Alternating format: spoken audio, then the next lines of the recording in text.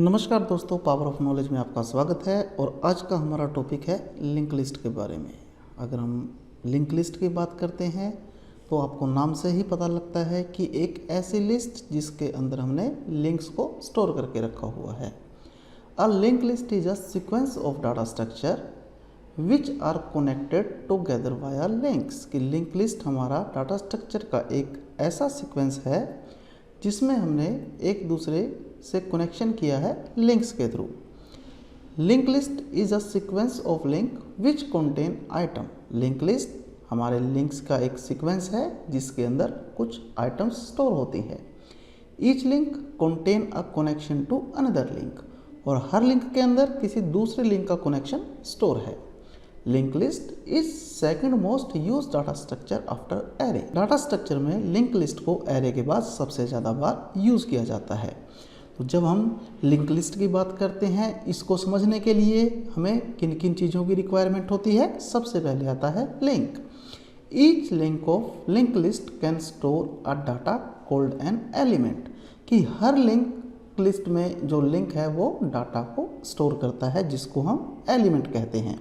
Next, हर link list के अंदर next node का लिंक होगा जिसको हम नेक्स्ट के नाम से जानेंगे। और इसी तरह से लिंक्ड लिस्ट, लिंक लिस्ट जिसके अंदर कनेक्शन लिंक होंगे फर्स्ट लिंक से कनेक्ट करने के लिए, और उस फर्स्ट लिंक को हम कहेंगे हेड। लिंक लिस्ट रिप्रेजेंटेशन, आप लिंक लिस्ट को मेमोरी में किस तरह से रिप्रेजेंट कर सकते हो, आइए हम उसको देख लेते हैं। Link list can be visualise as a chain of nodes where every node point to next node.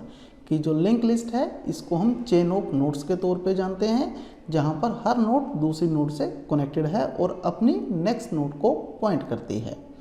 जैसा कि आप मेरे फिगर में देख रहे हो, यहाँ पर मेरे पास फर्स्ट नोड जिसको हम हेड नोड कहते हैं, डाटा आइटम जो हमारा एलिमेंट है, एड्रेस जो नेक्स्ट नोड के ऊपर पहुँचाएगा, और यही सीक्वेंस मेरा आगे आगे परफॉर्म होता जा रहा है। तो जब मैं लास्ट नोड पे जाता हूँ, जो मेरी लास्ट नोड है उसके अंदर एड्रेस के तौर पर नल स्टोर होता है कि अब आगे आपके पास कोई भी वर्किंग परफॉर्म नहीं होगी। As per above illustration following are the important point to be considered. कि अगर हम ऊपर के डायग्राम के हिसाब से देखें तो कुछ पॉइंट्स हमें यहाँ पर कंसिडर करने पड़ते हैं। जैसे link list contain link element called head. कि लिंक लिस्ट के अंदर एक लिंक एलिमेंट होता है जिसको हम हेड कहते हैं। Each link carried a data field and link field called next. और हर लिंक के अंदर एक डाटा फील्ड होगी, एक लिंक फील्ड होगी, और उस लिंक फील्ड को हम नेक्स्ट कहते हैं। डाटा फील्ड को हम डाटा आइटम बोलेंगे।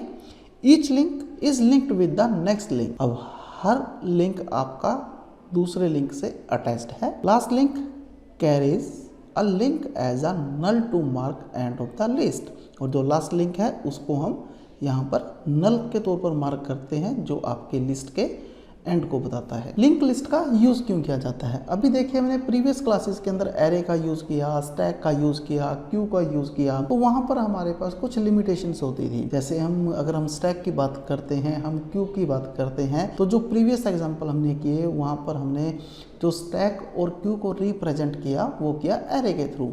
अब एरे में क्या क्या लिमिटेशंस होती है? जो एरे का साइज है वो फिक्स होता है, तो हमें ये पता होता है कि जो एरे है वो मैक्सिमम कितने एलिमेंट को स्टोर कर सकता है एडवांस में ही। सपोज कीजिए मैं कहता हूँ कि मुझे 5 स्टूडेंट्स के रिकॉर्ड को एंटर करना है, तो मेरी रिक्वायरमेंट 5 स्टूडेंट की है। मुझे पता है कि एरे के अंदर लास्ट में मेरे पास जो है वो कितने एलिमेंट जाएंगे, 5 एलिमेंट। लेकिन जब हम कभी ऐसी सिचुएशन में होते हैं जहां पर हमें नहीं पता कि हमारी रिक्वायरमेंट कितनी है, तो एरे आप यूज नहीं कर सकते। इसी तरह से अगर मुझे कभी एरे में न्यू एलिमेंट इंसर्ट करना है तो वो मेरे लिए काफ़ी एक्सपेंसिव हो जाता है।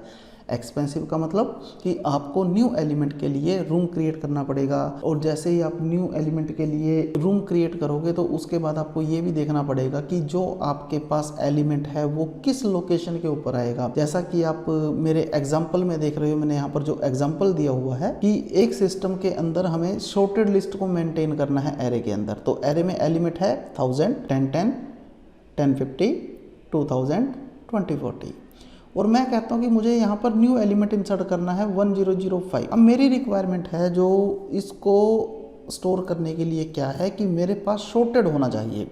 तो अगर शॉर्टेड होना चाहिए तो ये चीज़ मेरे पास कहाँ पे आएगी? 1000 के बाद, यानी कि इस लोकेशन पे। तो अगर मुझे इस लोकेशन पे एलिमेंट को लेकर आना है तो मुझे बाकी के सभी एलिमेंट शिफ्ट करने पड़ेंगे और शिफ्टिंग में मेरा टाइम भी कंज्यूम होगा। तो मैंने यहाँ पर उसी चीज़ को एग्जाम्पल के तौर पे रिप्रेजेंट किया है। आप देखिए मैंने सेम वही एग्जाम्पल यहाँ पर लिया है। मेरे पास एरे के अंदर 1000 पड़ा है, 110 पड़ा है, 150 पड़ा है, 2000 पड़ा है, 214 पड़ा है और एक मैंने यहाँ पर ब्लैंक लोकेशन रखी हुई है कि मेरे पास एक एलिमेंट यहाँ और आ सकता है। तो अगर मुझे कभी न्यू आईडी यहाँ पर 1005 को इंसर्ट करना है, अगर बेसिकली हम डायग्राम के हिसाब से देखें तो डायग्राम के हिसाब से तो आप इसको लास्ट पॉइंट पे ले सकते हो इस लोकेशन पे, लेकिन हमारी रिक्वायरमेंट क्या है कि लिस्ट शॉर्टेड होनी चाहिए। तो इस लिस्ट को शॉर्टेड करने के लिए मुझे क्या करना पड़ेगा, 14 को यहाँ शिफ्ट करना पड़ेगा, 2000 को इस लोकेशन पे शिफ्ट करना पड़ेगा, 150 को इस लोकेशन पे शिफ्ट करना पड़ेगा, फिर मेरे पास यहाँ पर जो है लोकेशन बनेगी 1005 की और मेरे पास ये रिजल्ट शो होगा। इसी तरह से अगर मुझे कभी किसी रिकॉर्ड को डिलीट करना है तो वहाँ भी मुझे इसके लिए कुछ स्पेशल टेक्निक यूज़ करनी पड़ेगी। सपोज़ कीजिए मैं इस रिकॉर्ड को डिलीट करना चाहता हूँ। इस रिकॉर्ड की डिलीशन का मतलब है कि अब मेरे पास पीछे जितने भी रिकॉर्ड पड़े हैं वो सभी के सभी रिकॉर्ड इस जगह मूव कर जाएंगे। तो इस तरह से आपके कोड की एफिशिएंसी बार बार इफेक्टेड होती है।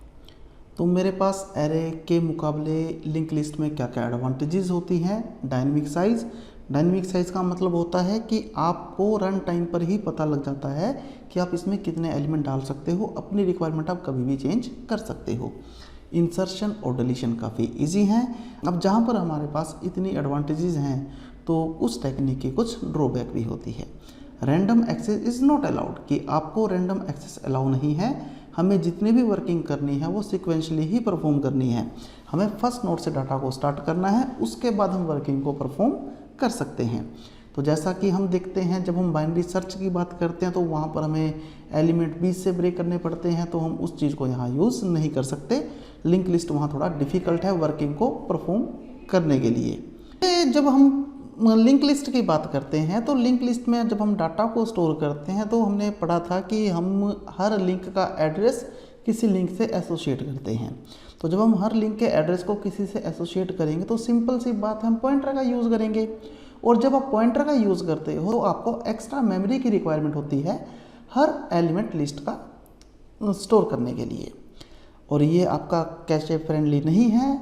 जैसे आप एरे एलिमेंट को कंटीन्यूअस लोकेशन प्रोवाइड कर सकते थे और यहाँ पर जो लोकेलिटी है रेफरेंस की वो कभी भी कहते हैं लिंक लिस्ट के केस में नहीं होती। टाइप ऑफ लिंक लिस्ट, कुछ basic type of link list के हमें अवेलेबल होते हैं, जैसे सिंपल लिंक लिस्ट जहाँ पर नेविगेशन सिर्फ फॉरवर्ड चलती है। डबल लिंक लिस्ट जहाँ पर आइटम को हम नेविगेट कर सकते हैं फॉरवर्ड और बैकवर्ड। मैं आपको एग्जांपल के तौर पे बता देता हूँ। जैसे हम गैलरी की बात करते हैं, आप प्रीवियस भी जा सकते हो, नेक्स्ट भी जा सकते हो।